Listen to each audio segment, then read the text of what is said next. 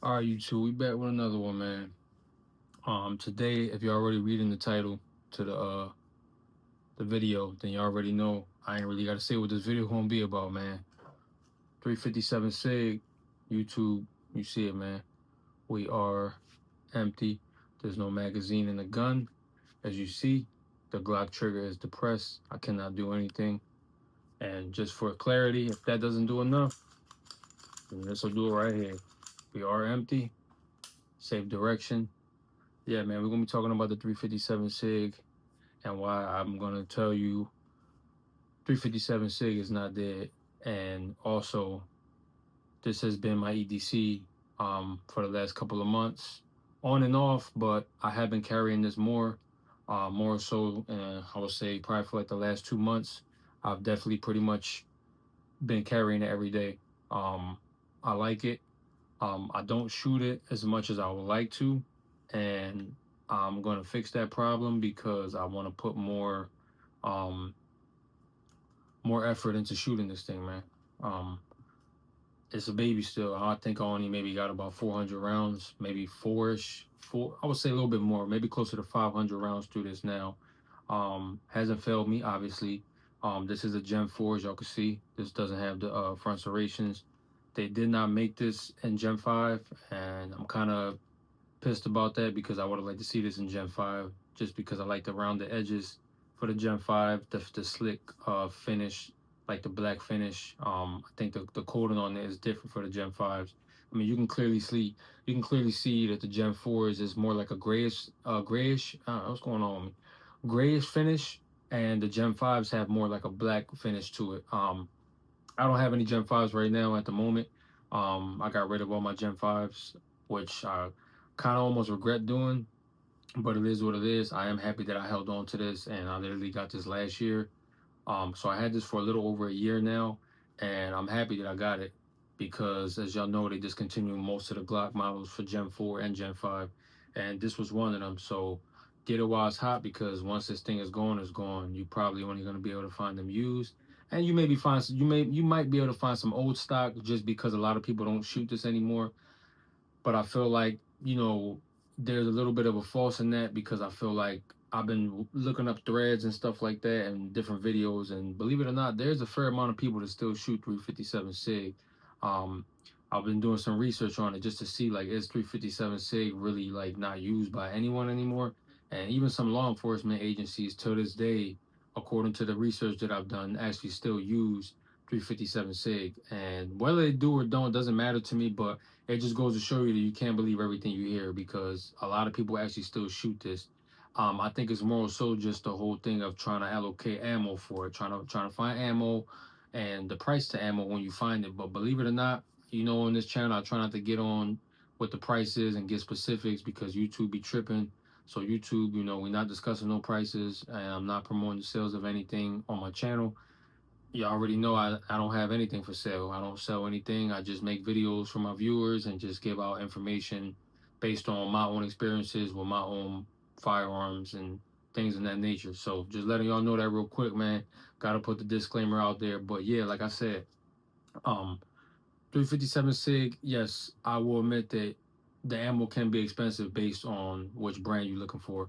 But overall, I have found some good numbers on ammo, and I currently got a few hundred rounds, not too much, but I want to buy more, which is the reason why I don't get to shoot it enough.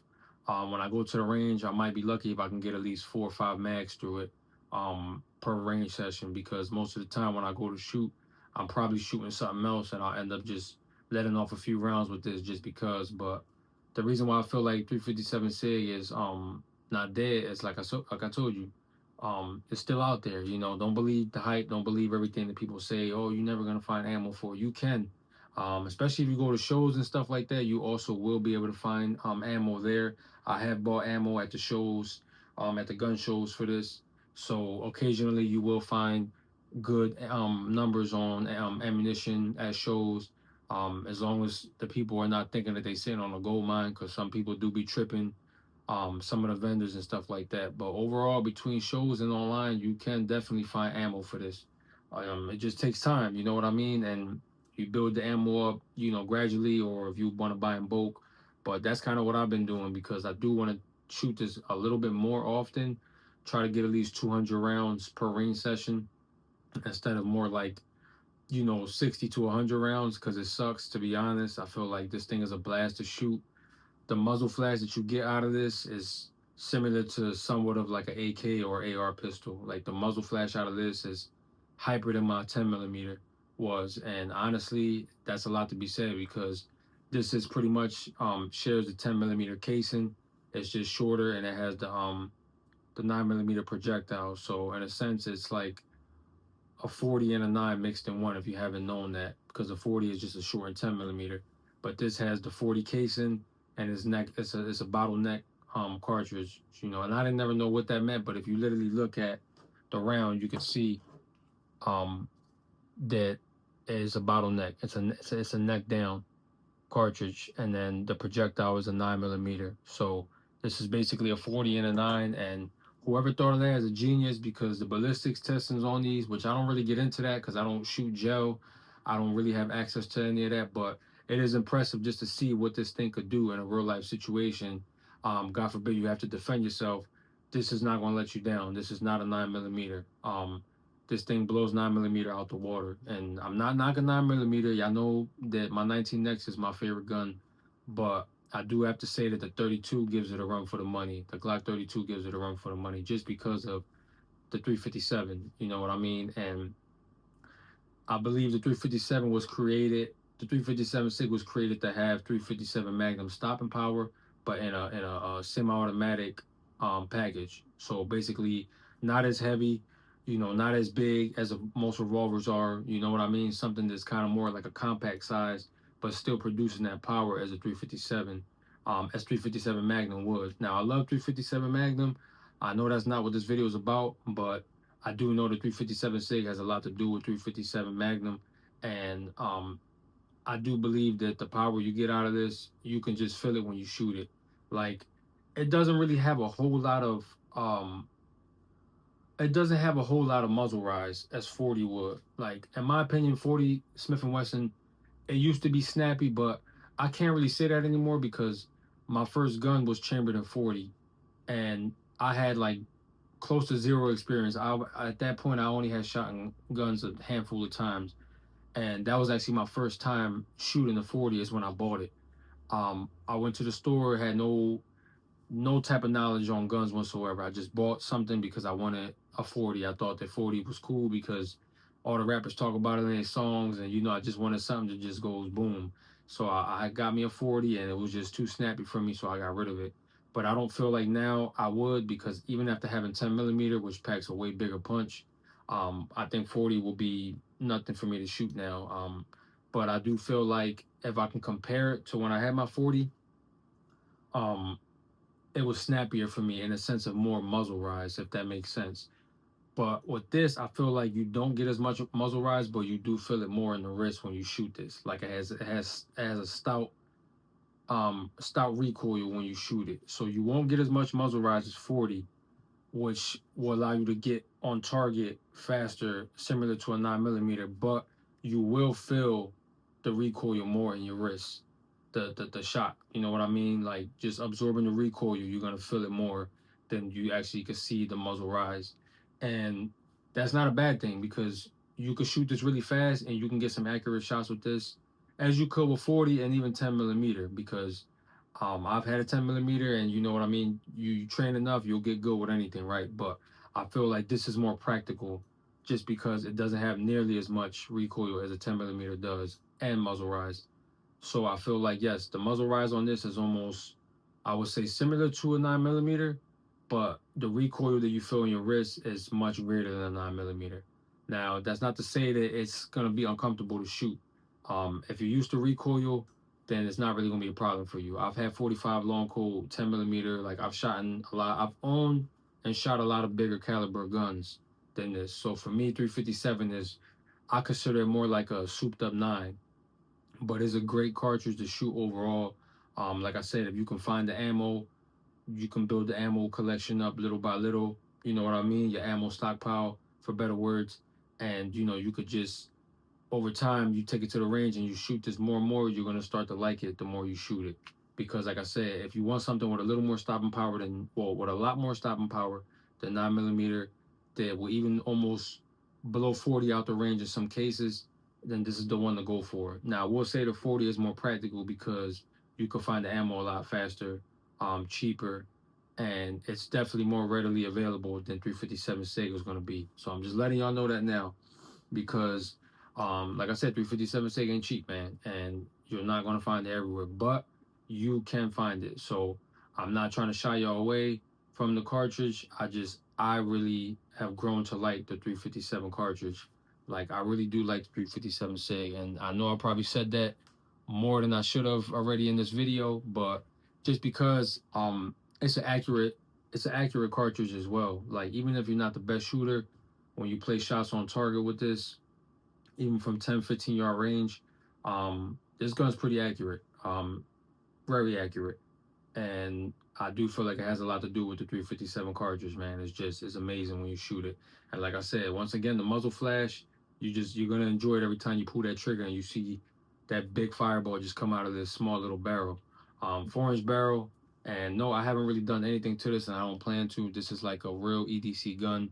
I'm not gonna do it nothing crazy to it like I did with my 19X. All I really did was change the sights on it. I got the chopped beaver tail with the goon tape and just a little Olight that I had laying around. I had this like on 3 different guns, so I just slapped it on here because I already have a holster that accommodates the light. So that's kind of the only reason why I got this light on here, because I just like having lights on my pistol. No particular reason. I just like the way it looks, and I don't know, it just does it for me. So yeah, other than that, I don't plan on doing anything with this gun. It's fine the way it is. I'm not changing the trigger out on this.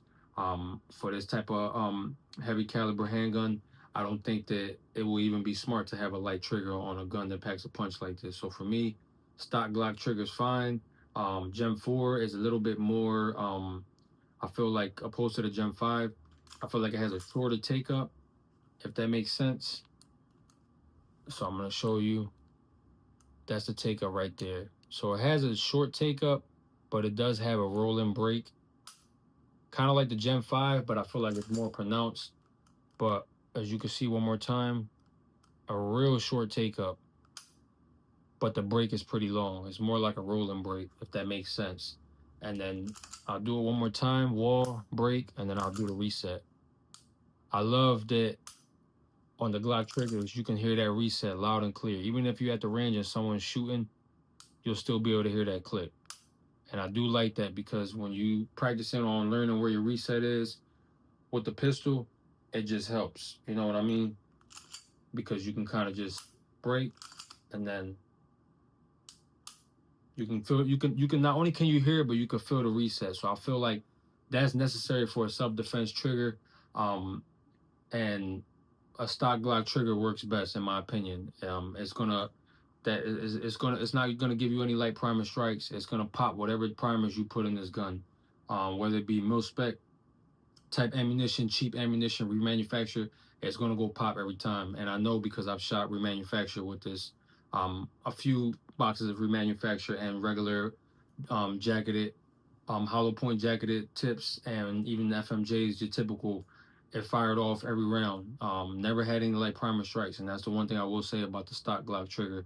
It does accommodate that more. If you're looking for more like a lighter trigger for like competition reasons, then I would say I will stick to that more with like 9 millimeter. But with the 357, I feel like anything that's chambered in like 40, 357, 10 millimeter, I wouldn't mess with the trigger on that, just because like you want a heavy trigger for something, that's packing that much punch. You know what I mean? For that type of ammunition. Like, I don't think you want to have a light trigger on a 10 millimeter or 357 SIG, or like I said, a 40. I feel like that's just my personal opinion. I mean, I've seen people do triggers up on 10 millimeter Glocks and all of that stuff, but for me, I think it's just better off like this. Like, the stock heavy trigger is just perfect, man. Like, you're not gonna beat it, because the wall is very defined, so you're gonna know every time you're about to break that wall. And like I said, the reset, you're always gonna hear it and feel it every time. So when you're practicing at the range trying to find your reset, you won't have trouble with that. And I do like that about the Glock triggers, both Gen 4 and Gen 5. I feel like the Gen 5 break on the trigger, it might be a little bit more crisp than this, but it's not really going to be something noticeable unless you're really like comparing apples to apples. But I'm not the one that's going to do that because I don't really care too much about triggers. I've only ever upgraded the trigger on my 19X. Like I said, I probably won't do that again with any of my firearms because that kind of was more like an experimental thing. And at the end of the day, it's still OEM, but nothing is going to beat the original Glock trigger that comes with the firearm. And that leads me to another reason of why I like carrying the 357 SIG. That trigger safety is there, that Glock reliability is there, and you're getting all of that with this package. 4-inch barrel, so Glock 19 size. Excuse me, y'all. I know I keep going in my nose, man, but just getting at me today is itching. But yeah, like I said, Glock 19 size package, but packing that 357 punch. What more can you really ask for? Conceals easily, and like I said, the ammunition is not too far gone, man. You can still find it. Don't let people steer you wrong. I feel like this is one of the best packages that Glock has put out, just because you got big firepower and not the smallest package, but not the biggest package. So it's just like right in the, just that right size, like right in the middle. And I mean, if you think about it, the Glock 19 is pretty much Glock's like most popular pistol out. So this is basically a Glock 19 just chambered in 357. And the last thing I will say is that this is a Glock 19 mag, and as you can see, y'all want to talk about Glock modularity, it ain't there. That's a Glock 19 9mm mag, and it's going in there with no issue. All I would have to do is get the conversion barrel to fire that out. And also, if I wanted to do 40, I could do the barrel with that as well. Just swap the OEM barrel. I don't even need a conversion barrel for the 40 S&W. I would just be able to get a Glock 23 OEM barrel or a conversion barrel. Either one is going to work, and I'll be able to even use my 357 SIG mags for the 40. Obviously, it's not going to work for 9mm, so I would have to use my Glock 19 mag, but that just brings me to another reason on why I feel like the 357 SIG Glock 32 is one of the best Glocks that they have. And even if you feel like 357 is dead and you do have this gun, then you have those options that I just gave you about swapping the barrels out and being able to shoot 3 different calibers out this gun. It's almost like a no-brainer.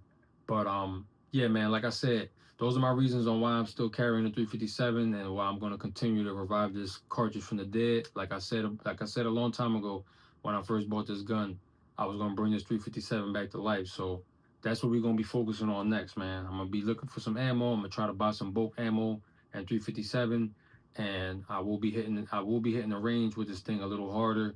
Kind of gonna give my 9mm some space.